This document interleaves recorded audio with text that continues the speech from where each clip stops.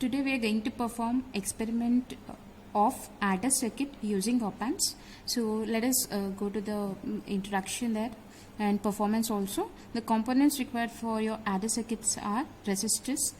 Basically we are taking 15 kilo ohm or 10 kilo ohm resistors. Next we are also taking a potentiometer of range 47 kilo ohm, and also we are taking the capacitors. We need capacitors there of the value 0.1 microfarad, and also we are using 740 ohm, that is our standard op amp. So you can see the circuit diagram here. This is the circuit diagram of your adder circuit. We are taking three resistors, basically of R1 is of 10 kilo ohm, R2 is 15 kilo ohm, R3 is 10 kilo ohm, and also we can see from the figure that we are using a 741 standardized op amp. To the terminal, this is the inverting terminal 2, and this is the non-inverting terminal. You can see from the circuit diagram that our non-inverting terminal is grounded, and our inverting terminal we are giving the inputs. To at the input side we are connecting different resistors R1, R2 and R3 having different voltage sources V1, V2, V3 respectively. From that particular combination of resistances, that we are giving it to inverting terminal of our op amp 741. From there again, from that particular point we are giving a feedback resistor of 10 kilo ohm to the output of your op amp. The output of an op amp we are taking from pin number 6. To pin number 4 and 7 we are giving the positive and negative voltages. For pin number 4 we are giving minus 12 voltage, and pin number 7 we are giving plus 12 voltage. Now we'll go to the actual explanation or the brief introduction of your op amp.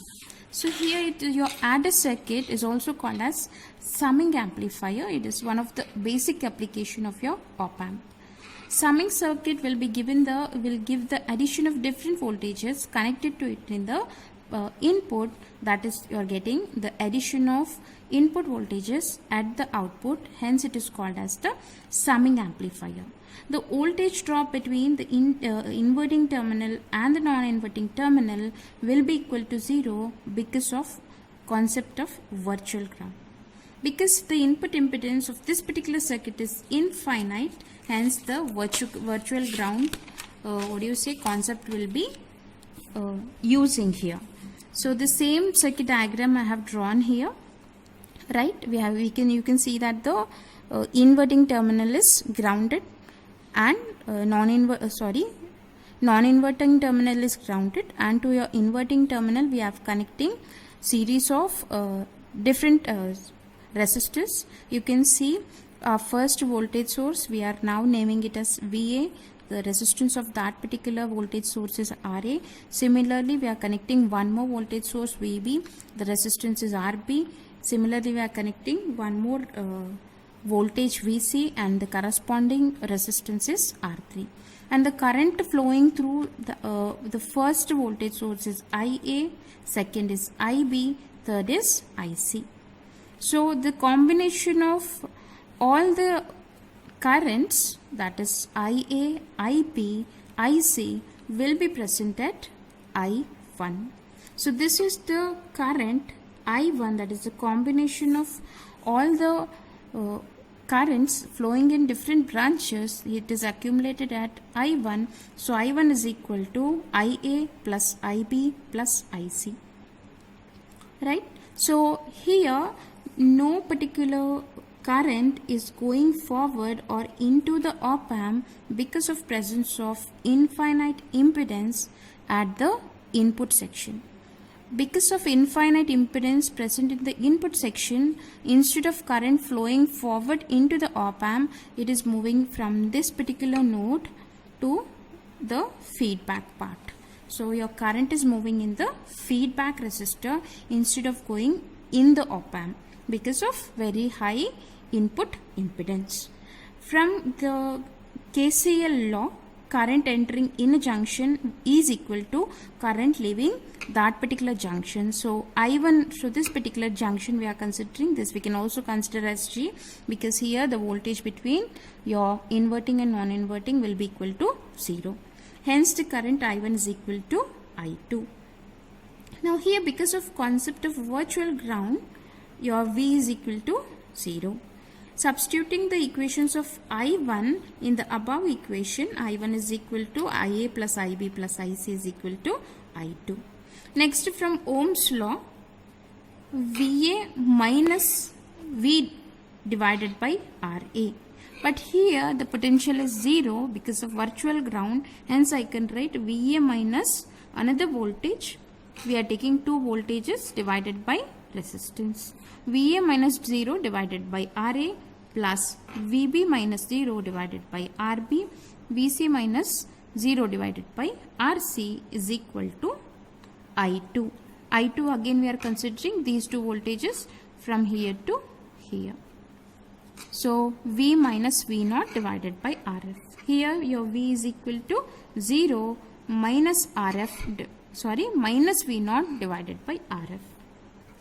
So after substituting, and you will be getting this particular equation, VA divided by RA plus VB divided by RB plus VC divided by RC is equal to minus V0 divided by RF. For in generalized theory and all, if we are making RA is equal to RB is equal to RC is equal to RF is equal to R, that means we are taking all the resistance of same value, then you will be getting V0 is equal to minus VA plus VB plus VC. Hence you are getting the negative value of combination of all the voltage sources that you are connecting at the input side. Whatever the negative sign indicated in this particular equation, that is because we are connecting our input in the inverting terminal of our op-amp. Hence you are getting the negative voltage, negative combination of voltages at the output. So this is the rig-up of our adder circuit. These are the resistances that we are connecting. This is the first resistor of 10 kilo ohm, this is the 15 kilo ohm resistor, and this one is the R1, this one is the R2 resistor, this one is the R3 resistor. Here we can see that your R1 and R3 has 10 kilo ohm resistor, but your R2 is 15 kilo ohm resistor. This is your op-amp 741 standardized op-amp. Again a resistor, you can see that your feedback resistor is connected between terminals 2 and 6. From 6 again we are taking the output from the multimeter. Next, to our terminals 4 we are giving negative 12 volts, and to our terminal 7 we are giving the positive 12 volts from the fixed power supply, and also we are giving the ground connections of plus 12 and minus 12 along with the ground, and also we are giving different voltages to our resistors that will be seen here. So we are taking one more power supply. So you can see from the power supply that to our first resistor, R1 resistor, we are giving 2 volts of voltage. Next, through channel 1, and to our second resistor, that is 15 kilo ohm resistor, you are giving 3.4 to 3.3 basically it is 3 volts from channel 2 to our second resistor, and from this particular fixed power supply you are giving 5 volts to the third resistor. Again we are using 5 volts, and also we are using the ground section of our fixed power supply system. So when you are doing all these things, when you're giving different voltages, now we need to power on the supply. After we are making it on and giving 2 volts from channel 1 to the first voltage, that is the first voltage.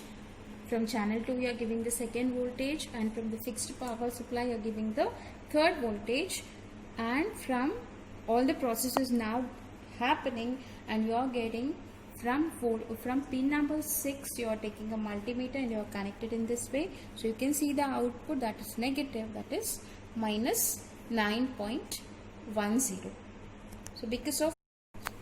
So you can see that the output is nothing but addition of your input voltages because of presence of some of the resistances, internal resistances and all, you will be getting little less value compared to the addition. Hence we can say that the output is nothing but addition of input voltages, plus you are getting the negative sign here because you have connected your inputs to the inverting terminal of your op amp.